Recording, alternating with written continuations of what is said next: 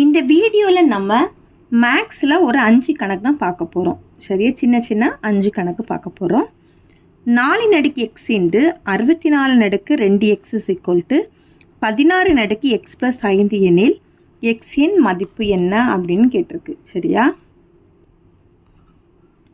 4 நடுக்கு எக்ஸ் அப்படி எழுதிக்கோங்க. பெருக்கல் 64 4 நடுக்காட்டு எழுதணும். 64 4 நடுக்காட்டு எழுதும்போது எப்படி வரும்? 4 நடுக்கு 3 எழுதிக்கலாமா? 4 பெருக்கல் 4 பெருக்கல் 4 தான் எவ்வளவு? 64. அப்போ 4 நடுக்கு 3 ஹோல் பவர் 2x இப்படி எழுதிக்கலாமா? அதே போல் 16 எப்படி எழுதலாம்? 4 நடுக்கு 2 எழுதிக்கலாமா? 4 ஸ்கொயர் தான் எவ்வளவு? 4 4 16 x + 5. 4 நடுக்கு எக்ஸ் பெருக்கல் இதையும் பெருக்கிறோம். 4 நடுக்கு 6x = 4 நடுக்கு இதையும் பெருக்கும்போது 2x + 2 5 10.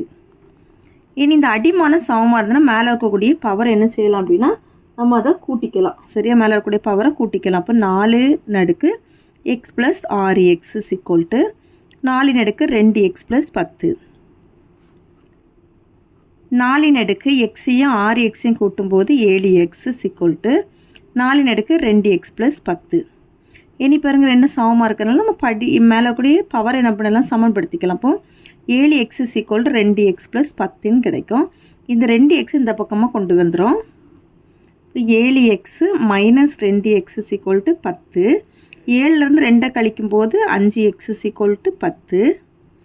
x = 10/5. ஒரு 5 5 2 5 10. அப்போ x = எவ்வளவு? எக்ஸோட மதிப்பு 2.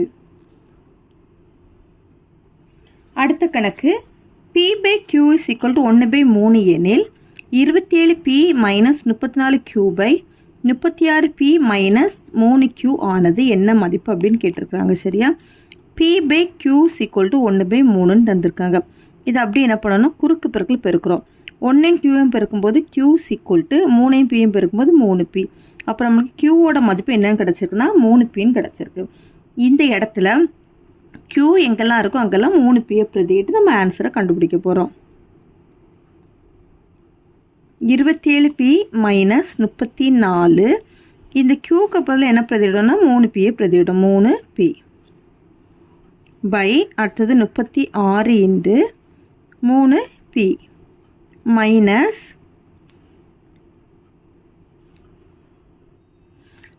இதில் வந்து pயோட மதிப்பு தான் இருக்குது. அதனால் நம்ம qவோட மதிப்பு இதில் பிரதியிட வேண்டாம், pனே போட்டுக்கலாம். சரியா?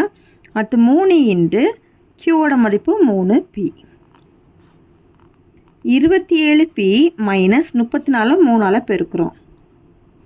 பெருக்கும்போது 12க்கு 2 மீதி 1 9 10 102p / 36p மைனஸ் 3 9p. இது என்ன கழிக்கிறோம்? 102லேருந்து 27 கழிச்சும்போது 12லேருந்து 5 போயிடுச்சு. 7 போயிடுச்சுன்னா 5.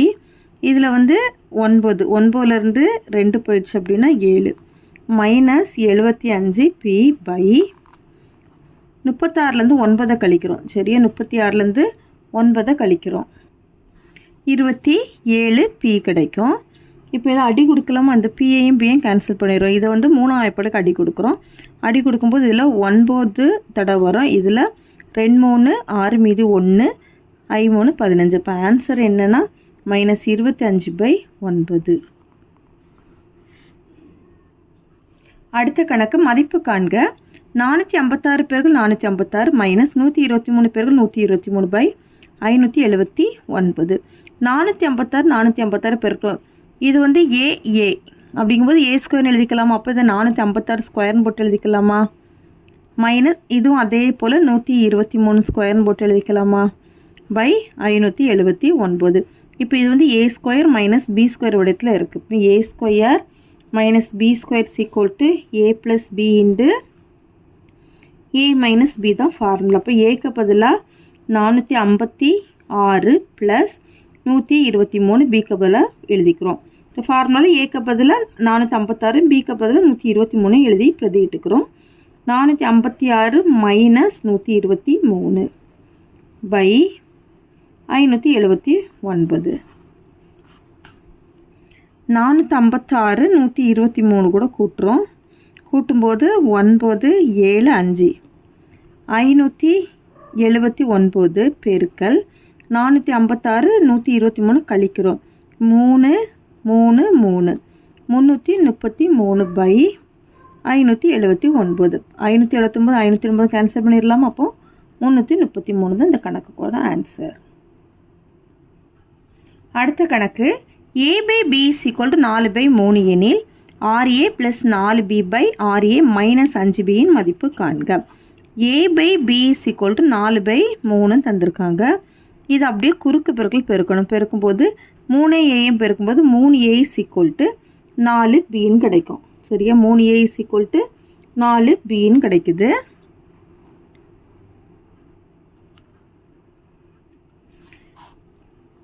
இது என்ன பண்ணணும்னா ரெண்டு பக்கமும் 2ஆல் பெருக்கிறோம். பெருக்கும்போது இது RA = இந்த பக்கம் 8bன்னு கிடச்சிருமா? ஏன்னா நம்மளுக்கு இங்கே RA தான் இருக்கு. அதனால் நம்ம 2ஆல் அதை பெருக்கிக்கிறோம்.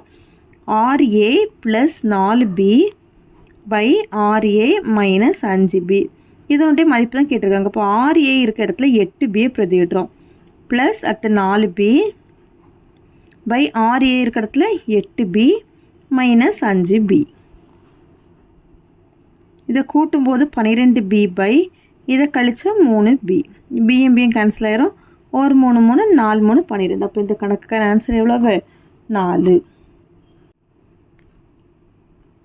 x - y = -6 xy = 4 எனில் x³ - y³ இன் மதிப்பு காண்க கேள்வி கேட்டிருக்காங்க. சரியா? இப்போ நம்மளுக்கு x³ - y³ ஓட மதிப்பு தான் கேட்டிருக்காங்க. அப்போ இந்த ஃபார்முலா தெரிஞ்சுக்கணும். x³ - y³ = x - y whole cube plus 3xy × x - y. இப்போ பாருங்க, இதுக்கு மதிப்பு தெரியும். x - y ஓட மதிப்பு தெரியும். எவ்வளவு? -6 whole cube ப்ளஸ் 3 × xy ஓட மதிப்பு 4 × -6. சரியா? இப்போ இதை க்யூப் பண்ணும்போது மைனஸாக தான் இருக்கும். 6³ எவ்வளோ? 6 × 6 × 6 216. சரியா? அடுத்தது இதையும் என்ன பண்ணுறோன்னா பெருக்கும்போது ப்ளஸ்ஸையும் மைனஸையும் பெருக்கும்போது -. 3 4 12 12 6 72. x³ - y³ இது ரெண்டத்தையும் கூட்டும்போது -288. அவ்வளோதான் இந்த கணக்குக்கான ஆன்சர். தேங்க்யூ.